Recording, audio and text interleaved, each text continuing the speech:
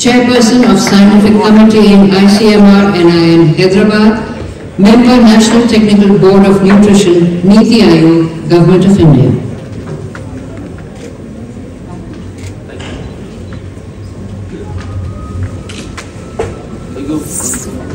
Dr. Raj Bhandari.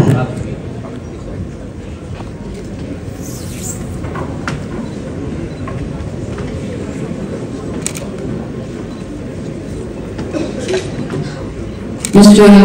Wang Zhuang, Political Ambassador, the Embassy of the People's Republic of China. Representing him today is Mr. Robin Jian, Chairman of the Chinese Chamber of Commerce in India and CEO CCTEB India.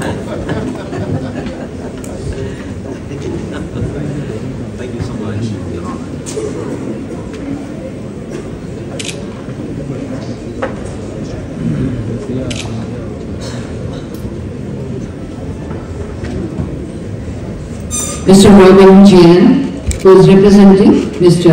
Wang Tong.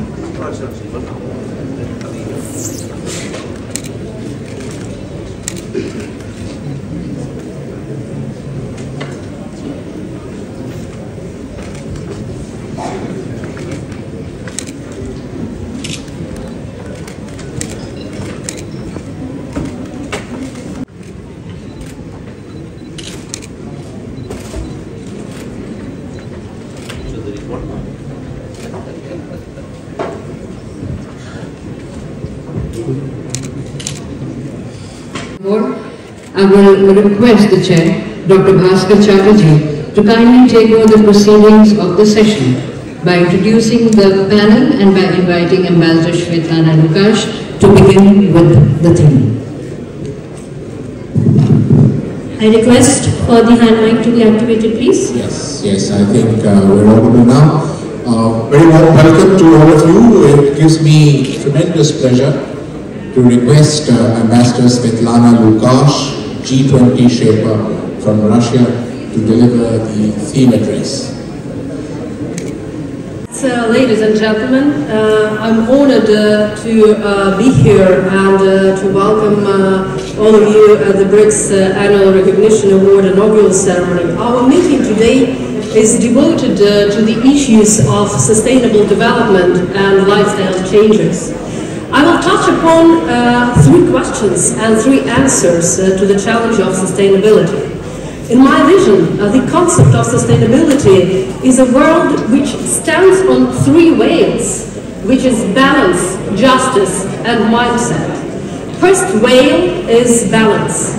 We must not ignore that 3 pillars of sustainable development, social, economic, and environmental, are interdependent and mutually reinforcing. And progress in one area should not come at the expense of the others. It's equitable. The social well-being is safeguarded, and environmental resources are sustainably used, making them available for future generations. And here comes the second wave, the second question, justice. The world is facing multiple crises and challenges, from persistent poverty to climate change, from geopolitical tensions to economic fragmentation. While these challenges affect us all, they do not affect us equally. Inequality is mindset. The impact of human actions on the planet, resulting in climate change, biodiversity loss and pollution, calls for a paradigm shift required to change our lifestyles in order to lower our environmental footprint. We all need to change our mindset to reshape demand, to rethink supply, and to make policy environment responsive to eco-friendly lifestyle shifts. And I mean not only individual minds of all of us, but the mindset of our governments and corporations as well. It is our responsibility to rationally and carefully use resources provided by nature, reduce the material footprint of consumption, improve infrastructure for proper treatment of industrial and consumer waste, introduce advanced technologies to reduce pollution by enterprises, and develop environmentally friendly lifestyle. Referring to the wisdom of Mahatma Gandhi, if we want a change in the future, we need to become this change in our present. And as whales need the ocean, so as questions need answers. The answers to these three questions of sustainability lies in the intertwined spheres of behavioral change, technology and finance. Following animalistic associations, let me call these three elements an elephants of sustainable development. With regard to the first elephant, the behavioral change, we have the best practice right in front of us, the example of India, which started its transformation to a circular green economy. And here, let me praise Prime Minister Modi for putting forward the Lifestyle for Environment initiative, a comprehensive approach driven by individual behavioral change and focused on both the demand and supply side. On one hand, this initiative highlights the importance of promoting thoughtful consumption to preserve the environment, and on the other hand, it nudges markets, industries, governments to meet these environmentally conscious choices.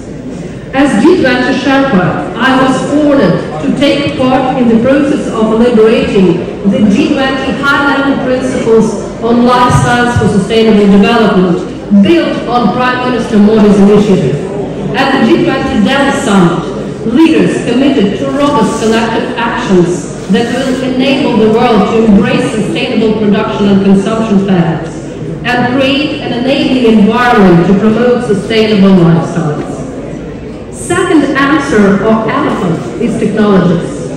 If a country obtains necessary technologies, it can harness the potential of innovation and make eco and climate-friendly development a driver of economic growth. However, it is primarily the case of developed economies and just a few developing countries. Cost of new technology, restricted knowledge sharing, and lack of effective regulatory environment leaves many developing countries behind the global shift to digital transformation. To be frank, the issue of transfer of technologies as an enabler of sustainable development is one of the most complicated on the G20 agenda. And each time developing economies try to formulate relevant commitments in this regard, developed countries insist on conditioning them to keep their technological monopoly. Well, I think there's no need to knock the closed doors. A more promising approach for developing countries would be to promote technology development, deployment and dissemination within and with the BRICS, a forum which grounds on common interests and harmonized agenda. As the chair of BRICS this year, Russia plans to put forward an initiative on practical technological cooperation of our countries and beyond. And third elephant is financing. Lack of access to exportable finance is a major obstacle to sustainable development. Developed world failed on their promises to provide climate financing. Developing countries now have to consider new financing instruments and ways to turn financial flows to global south. What we need to do is to move forward with the reform of international financial institutions and aim at greater representation of developing countries in the governance of the IMF, World Bank and multilateral development banks. We need to use new financing instruments aimed at attracting private capital in the sustainable development and climate projects. We need to use benefits of the international tax reform to make companies pay taxes in the country where they work rather than where they are registered. And finally, we need to lower our dependence on dollar, increasing payments in national currencies. Many challenges and many tasks, but nature or gods never give us a challenge without giving us a way to address it. I'm confident that together, the BRICS and our partners in the global south can make a change in resolving and easing growth imbalances. We only need to expand our cooperation, shared vision, balanced decisions and coordinated action. The voice and power of emerging market economies and developing countries, the BRICS members and beyond, is only growing stronger. The consequence of developing countries' presidencies in the G20, Indonesia in 2022 and the very successful Libyan presidency last year, has already amended the G20 agenda in the interests of the global South.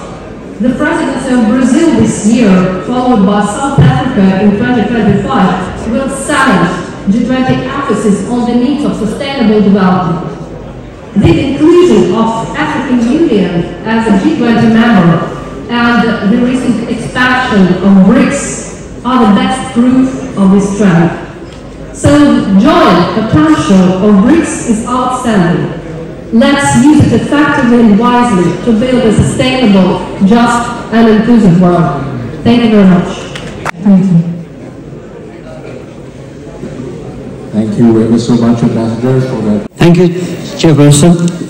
First of all, I'd like to welcome the new members of member countries of BRICS who have joined us on the 1st of January. Congratulations to all of them. We heartily welcome all of you. Speaking on the subject of sustainability and lifestyle changes, I'll start by quoting from a paper prepared by ILO in March 22, which said that there is scientific consensus on the alteration of the global climate as a result of human interference. Humanity has increased its pressure on the environment beyond what is sustainable.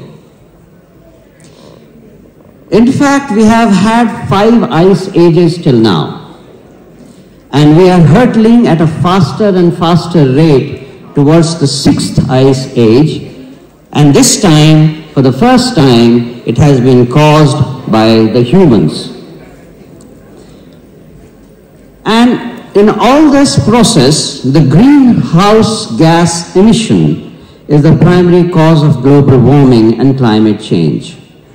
As per the Paris Agreement on Climate Change adopted in 2015, that aims to halve global emission over the next decade, with net zero emissions achieved by the middle of the century, and to keep the global warming well below 2 degrees centigrade from the pre-industrial levels.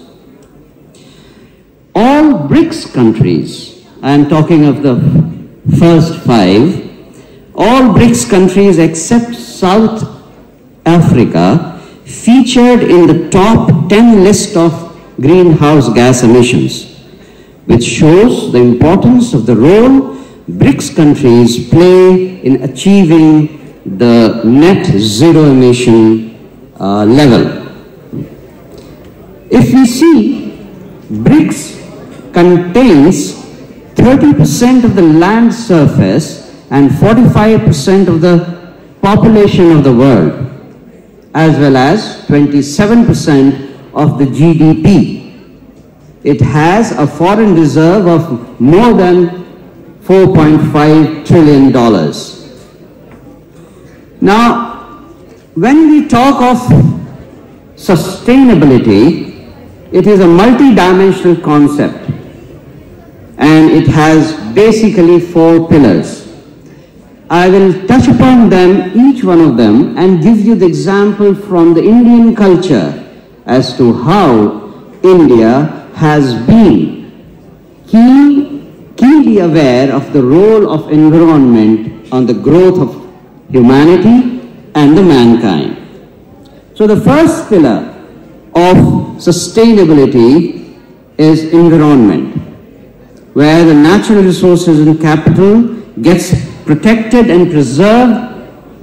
That is the aim. मैं भी भूखा ना रहूं, साधु न भूखा जाए, which means, oh Lord, give us enough to fill ourselves, our stomach, and our family in such a way that if someone comes to our doorstep, we are able to take care of him or her.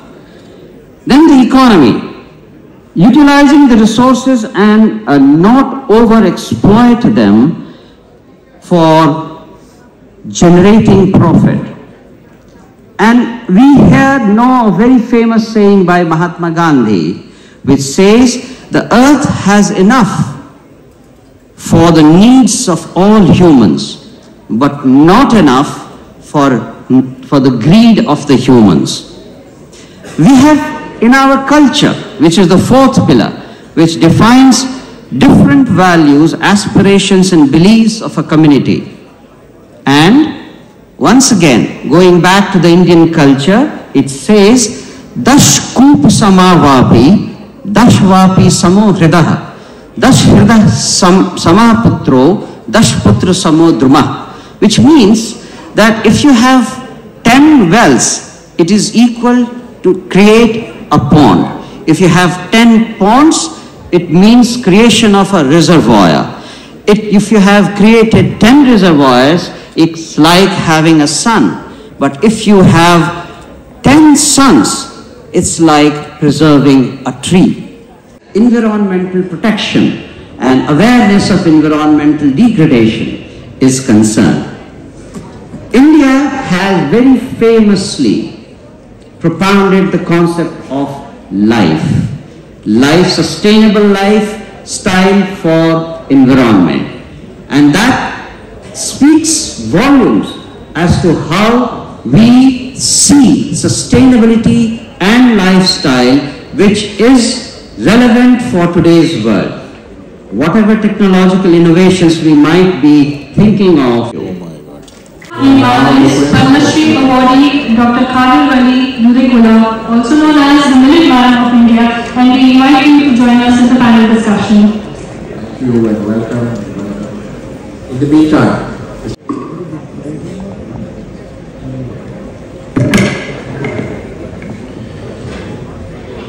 let me express my grateful thanks for BRICS Chamber of Commerce and Industry for inviting me to this high-level panel discussion. First, I just want to brief our company. Our company named China State Construction Engineering Corporation, which is the largest investment and construction company in the world. It had always adhered to the concept of building community with a shared future for create happy space for the peoples in the BRICS countries. We have implemented a lot of landmark projects in all BRICS countries. In India, we have implemented a lot of projects. In India, we have successfully implemented a lot of projects such as Hantong fiber and cable plant, Tachir fertilizer project. I'm happy to say that in recent years, the Chinese government has implemented various measures to curb pollution, including stringent emission standards and promoting the green technology, as well as the effort to the transition of more sustainable model of development. You may be knowing about competition regulation in India. We have a parliamentary law talking about competition regulation, which ensures businesses to be competitive, at the same time ensures consumer welfare also to be protected. Now, these dimensions have been nicely embedded in various provisions of Competition Act 2002. What happens when we talk about sustainability, innovation, economic and social development? These have been identified as SDGs, and these have been incorporated in competition law for competition assessment. Now, what competition assessment is all about? When business practices or any conduct of businesses are to be looked into, they are to be seen from parameters of, you may have heard about something like cartel or bid rigging. Now, competition authority in India looks into whole of these matters and gamuts.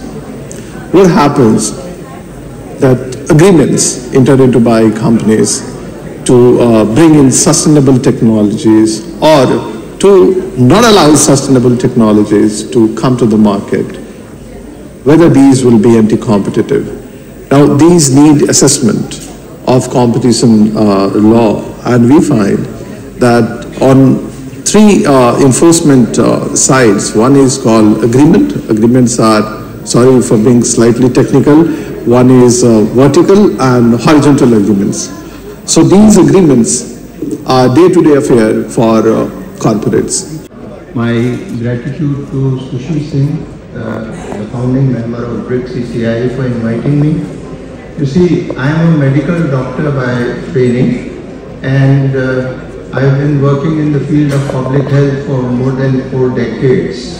So I'll bring you some perspective on the health span while we are increasing phytochemicals, which are bioactive functional elements, and they have a lot of fiber. So food is thy medicine, it is true, but how do we make that food, how do we process it, that is what really matters. So the government is really looking at making it an aspirational food, that is the food for the masses. And there the basic tenet of nutrition, that every food must have many nutrients, and every nutrient should come from many foods.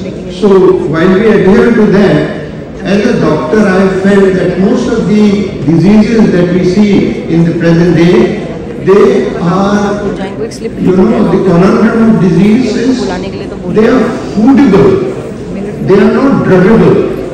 We don't have drugs to cure hypertension, diabetes type 2, dyslipidemia, dementia, fatty liver disease.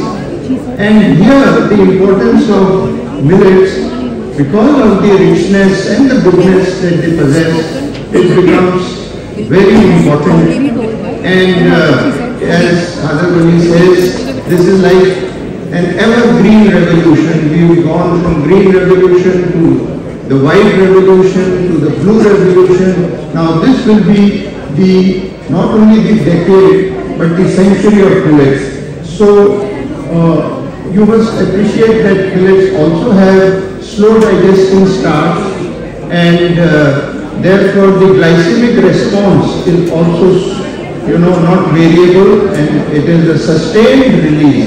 So sustainability in the sense, how do we maintain our glycemic response and insulin, that becomes a very important key for where the big action lies at the cellular level. So we graduated from food science to nutrition science and now to metabolic health, and that is the key. If you want to really live 100 years or supercentenarians, I would urge you to incorporate millets into your diet. Thank you so much. On table, and we request you to aid us in promoting sustainability by returning the tea coupons to us after use.